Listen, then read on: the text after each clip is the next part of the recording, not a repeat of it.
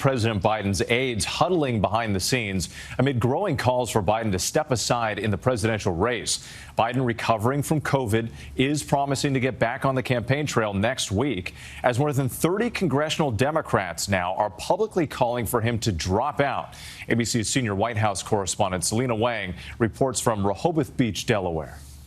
Tonight, as President Biden pledges to fight on, top leaders in his party already looking ahead to what could come next if he drops out. The president vowing to return to the campaign trail next week, his doctor saying his COVID symptoms continue to improve as he isolates in Rehoboth Beach, Delaware. Sources tell me the president is angry that leaders of his own party are turning against him. Now, more than 36 Democrats in Congress are calling on Biden to drop out of the race, including Zoe Lofgren of California. I think kind of a mini primary, maybe a vetting hosted by former presidents, including Obama and Clinton, would be helpful. Senators like Elizabeth Warren still backing Biden, but leaving the door open to an alternative. He has a really big decision to make.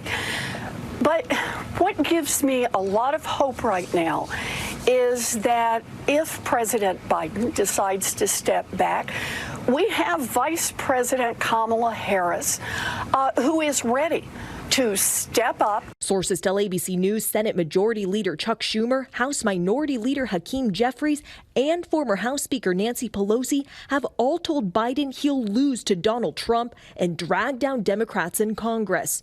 Two sources tell me former President Bill Clinton and former Secretary of State Hillary Clinton are privately supporting President Biden and have been encouraging donors to stick with him. I don't believe that we are unanimous in our support for the president.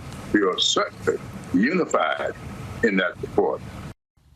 Selena Wang back with us now from Rehoboth Beach, Delaware. And Selena, can you give us a reality check on the timeline here? How soon would Biden have to make a final decision on whether he stays in this race?